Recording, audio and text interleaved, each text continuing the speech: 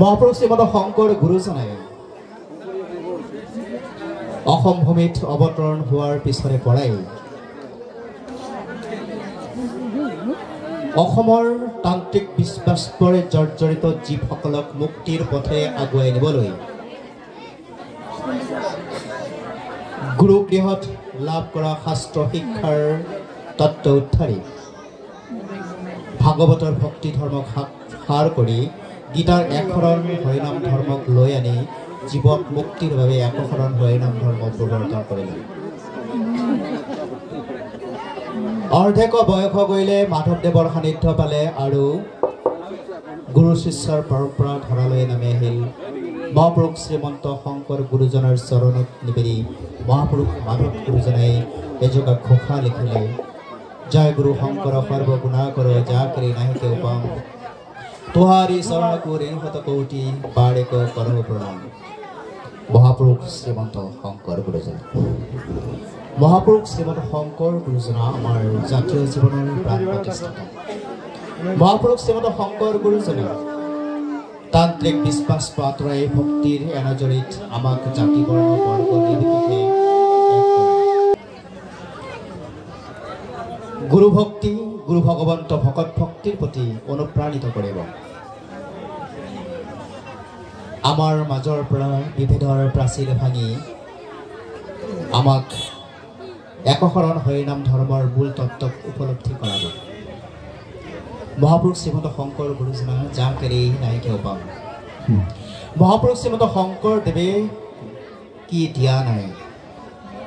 মহাপুৰুষ শ্ৰীমন্ত শংকৰদেৱে জাতি দিলে, মাটি ভেটি ভাষা দিলে, কৃষ্টি সংস্কৃতি দিলে, আমাক সমৃদ্ধ কৰিলে।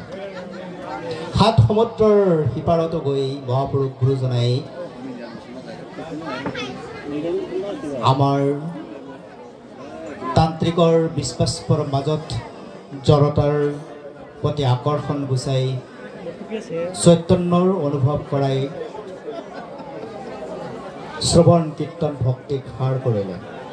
যদ্যপি নৱবিধ ভকতি মাধৱৰ শ্ৰৱণ কীৰ্তন আতৌ শ্ৰেষ্ঠতৰ সেইগৰাকী মহাপুৰুষ শ্ৰীমন্ত শংকৰ গুৰুজনা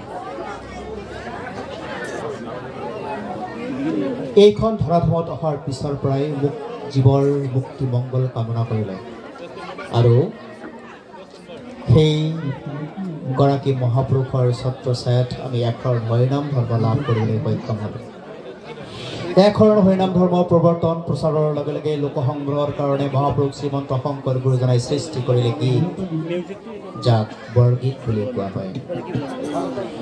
বৰগীতৰ মাজেৰে আধ্যাত্মিক উপলব্ধি কৰাবলৈ গুৰুজনাই যি প্ৰয়াস কৰিলে সেয়া আমি এইখন ধৰাধামত মনুষ্য ৰূপত অৱতৰণ হৈ নিজকে ধন্য অনুভৱ কৰোঁ। মহাপুৰুষ শ্ৰীমন্ত শংকৰ গুৰুজনাই বৰগীতৰ মাজেৰে আমাৰ সামাজিক দায়িত্ববোধৰ লগে লগে ধৰ্ম কৰ্মৰ গুৰুত্ব অনুভৱ কৰালে।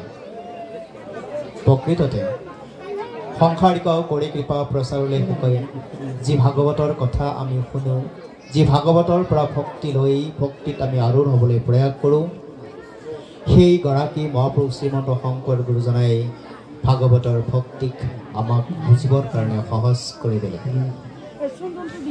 আৰু মহাপুৰুষ শ্ৰীমন্ত শংকৰ গুৰুজনাৰ গীত নৃত্য নাট ভাওনাৰ মাজেৰে লোকসংগ্ৰহৰ এই যি ব্যৱস্থাপনা, সেই ব্যৱস্থানৰ মাজত আমি আজি উপস্থিত হৈছোঁ। শ্ৰীমন্ত শংকৰদেৱ